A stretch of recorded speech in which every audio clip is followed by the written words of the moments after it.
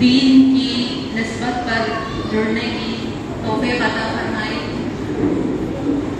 یہاں پر نہ میں آپ کو جانتی نہ آپ سب مجھے پہچانتے، جس تعلق سے مولانا نے یہاں مجھے متعارف کرایا، بس یہ اللہ کا فضل ہے اور اللہ تعالیٰ ان محنتوں کو قبول فرمائے۔ اور میں مولانا کی شکر گزار ہوں کہ انہوں نے مجھے یہاں آ کر دین کی کچھ بات کرنے کا موقع عطا کیا۔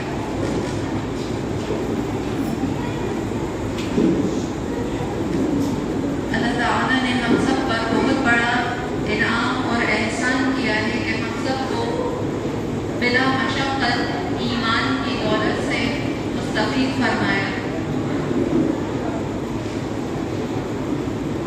اس نعمت کی اللہ تعالیٰ ہم سب کو قدردانی عطا کر دے، اس کا احساس دے دے، یہ بہت بڑی نعمت ہے۔ آج درسگاہیں، مساجد، مکاتب، مدارس اس بات کا ثبوت ہے کہ اللہ کی زمین پر اللہ کے دین کی محنت ہو رہی ہے، کچھ نہ کچھ اللہ کے دین کا وجود اس زمین پر باقی ہے۔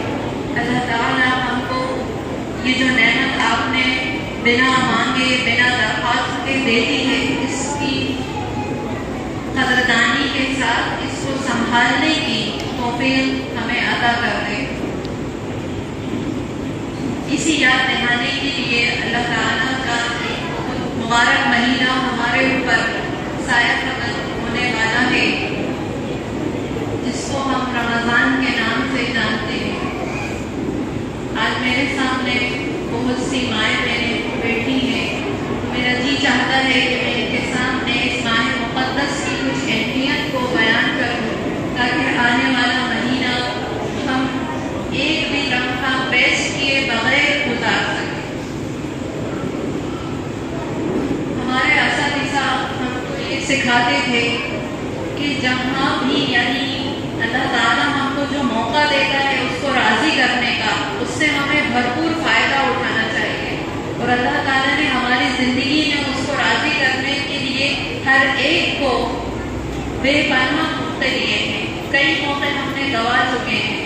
رمضان آنے والا رمضان بھی اللہ کو منانے کا، اس کو راضی کرنے کا، اس کا قرب حاصل کرنے کا ایک بہترین موقع ہے۔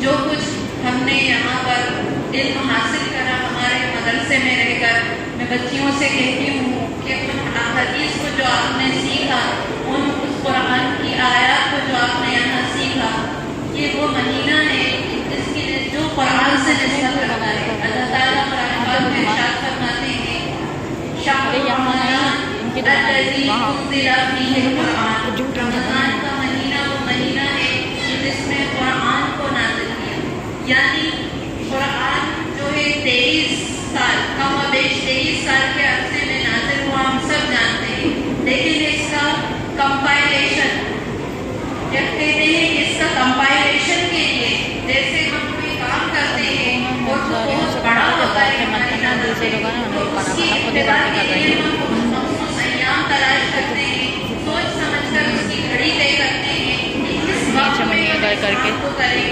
اسی طریقے سے اللہ رب العزت نے قرآن کے کمپائلیشن کے لیے جو مہینہ چنا وہ رمضان المبارک کا مہینہ تھا۔ اس کے بارے میں اللہ کے نبی صلی اللہ علیہ وسلم کا ارشاد فرماتے ہیں، جو کوئی اس مہینے کو پائے اور وہ اس میں روزہ رکھے، من صام رمضان ایمانا و احتسابا غفر لہ ما تقدم من ذنبہ، جو شخص اس مہینے کو پائے اور ایمان اور احتساب کی نیت سے اس میں روزہ رکھے تو اس کے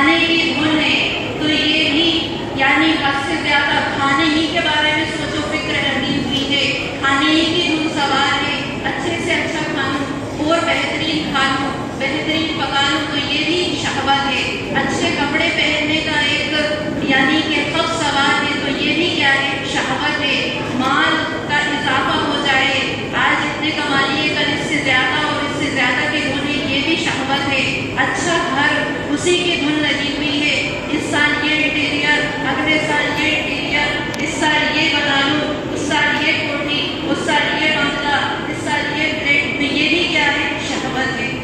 اور یہ جو مہینہ آ رہا ہے شہر الصبر، یہ ہمیں ہماری شہوات پر قابو پانے کا مہینہ آ رہا ہے، یہ اس بات کی تربیت دینے کے لیے آ رہا ہے کہ ہمیں کس طرح اپنی ان تمام خواہشات پر قابو پانا ہے۔ صبر کا مطلب ہوتا ہے کہ انسان کے اندر، پہلے تو سمجھ لیجیے کہ صبر کہتے کس کو ہیں۔ ہم لوگ سمجھتے ہیں کہ کوئی تکلیف پیش آ رہی، کوئی حادثہ پیش آ گیا، کوئی مصیبت پیش آ گئی، اس پر واہ ویلا نہ کر رہے، رو نہیں رہے تو یہ صبر کر رہے ہیں۔ یہ بہت محدود معنی ہے، بہت مختصر معنی ہے، صبر کا بہت بڑا مفہوم ہے۔ صبر یعنی کہ انسان کے اندر یہ احساس پیدا ہو جائے کہ آج جو کر رہی ہوں یا آج جو کر رہا ہوں اس کا کل مجھے جواب دے ہونا ہے رب العالمین کے سامنے، یہ صبر میرے اندر آنا ہے۔ ابھی آپ کے سامنے ایک قرآن کی جو آیت سورہ یوسف کی پڑھی گئی، تو ہم لوگ قرآن پڑھتے ہیں تو جب سورہ یوسف پڑھتے ہیں تو ہم اس کو سمجھتے ہیں کہ یہ ایک داستان ہے جو ہمارے سامنے بیان کی جا رہی ہے، لیکن ہمارے شیخ کہا کرتے تھے کہ یہ داستان ہے۔ ہم نے الحمدللہ اللہ تعالیٰ ہمارے شیخ کو دراز عمر عطا کرے، شیخ اکرم، انہوں نے 2 سال لگا کر ہمیں صرف سورہ یوسف کا ہی درس دیا اور پوری سورہ یوسف ہمیں صبر سکھاتی ہے۔ انہوں نے سورہ یوسف کی ہر آیت کو صبر سے جوڑ کر ہم لوگوں کو سکھایا اور انہوں نے سکھایا زندگی کا اصل حاصل یہی ہے کہ انسان کے اندر صبر کرنا آ جائے۔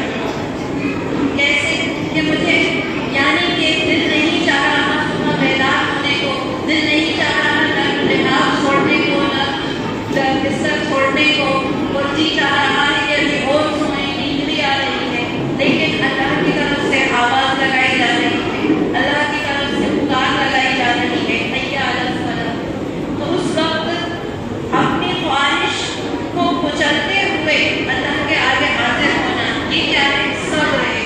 اسی طریقے سے اپنی ہر خواہش کو کچلتے ہوئے اللہ کے احکام پر لبیک کہنا، اللہ کی اطاعت کے لیے کمر بستہ ہونا، اپنی خواہشات کو پامال کرنا، جی چاہ رہا ہے، ماحول بے حیائی کا ہے، ماحول بے پردگی کا ہے، میں بھی ذرا فیشن کو کا اظہار کروں، میں بھی ذرا یعنی اپنی بات جو اللہ نے مجھے نعمتیں دی ہیں اس کو دکھاؤں، لیکن اللہ کا حکم یاد آ گیا کہ نہیں، اللہ تعالیٰ نے عورتوں کو پردے کا حکم دیا تھا۔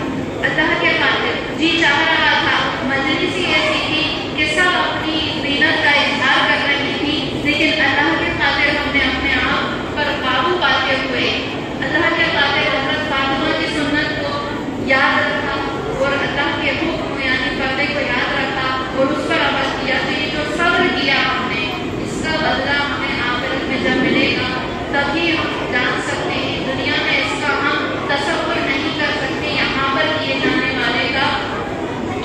والے صبر کا بدلہ اللہ تعالیٰ آخرت میں کیا دیں گے۔ علم حاصل کیا، کیوں کیا، مقصد کیا تھا؟ اللہ کے یہاں پر یہ بات مانا رکھتی ہے۔ کتنا حاصل کیا، کتنی ڈگریاں اکٹھا کر لی، کتنی اسناد اکٹھا کر لی، یہ مانا نہیں رکھتا۔ کیوں حاصل کیا تھا؟ اس علم کے ذریعے کیا اصلاح ہوئی، نفس کتنا بنا، کیونکہ دین کا مزہ ہمارے دلوں کے تقوی پر ہے۔ اور یہ رمضان المبارک کا مہینہ ہمارے تقوی کی ٹریننگ کے لیے ہی آ رہا ہے، صبر کی ٹریننگ کے لیے آ رہا ہے، ہمیں تربیت کرنے کے لیے آ رہا ہے کہ کوئی احسان جیسے ہم رمضان میں یاد رکھتے ہیں کہ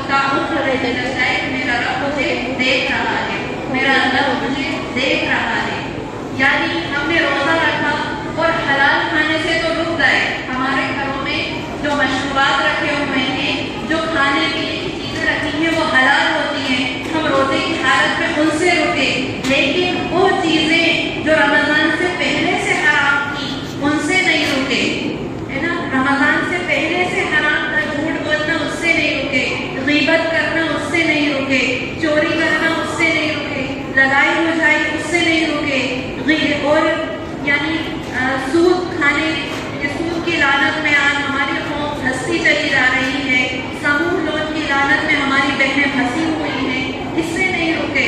رمضان میں حلال کھانے سے رک گئے اور سمجھ رہے ہیں بہت بڑا تیر مار دیا کہ روزہ ہے. نہیں، صرف بھوکے رہنے کا نام روزہ نہیں ہے.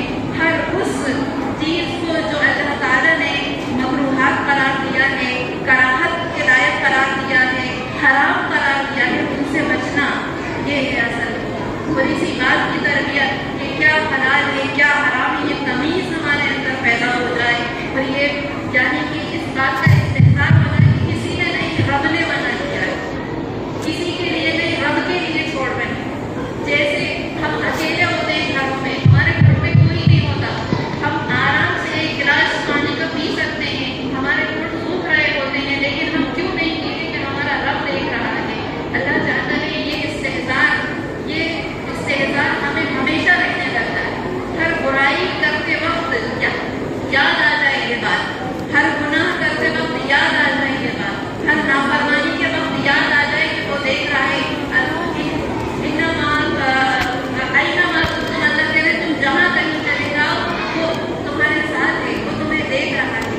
اللہ تو کہہ رہا ہے نحن اقرب الیہ من حبل الورید، ہم تو ان کی جگہ جان سے زیادہ قریب ہیں. قرآن کی تلاوت کا جو کوانٹٹی ہے وہ بڑھ جاتی ہے، کمپٹیشن شروع ہو جاتے ہیں، کتنے پارے ہو گئے، کتنا قرآن ہو گیا، تراویح بھی ایک اضافہ ہو جاتا ہے عبادت میں. اللہ کرے ہماری روحانیت میں اضافہ ہو جائے، ہمارے نفس پر قابو پانا ہمارے لیے آسان ہو جائے. اس کی کوشش کریں، اس کی محنت کریں. یہاں پر جو ہم درسگاہوں میں سیکھ رہے ہیں وہ کیوں؟ اس وجہ سے کہ ہم اپنے آپ کو دوزخ کی آگ سے بچا سکیں. تو اس کی محنت کریں کہ آنے والا رمضان ضائع نہ ہو. اللہ تعالیٰ ہم سب کو کہنے سننے سے زیادہ عمل کرنے کی توفیق عطا فرمائے. وآخر دعوانا ان الحمد للہ رب العالمین. بہت شکریہ.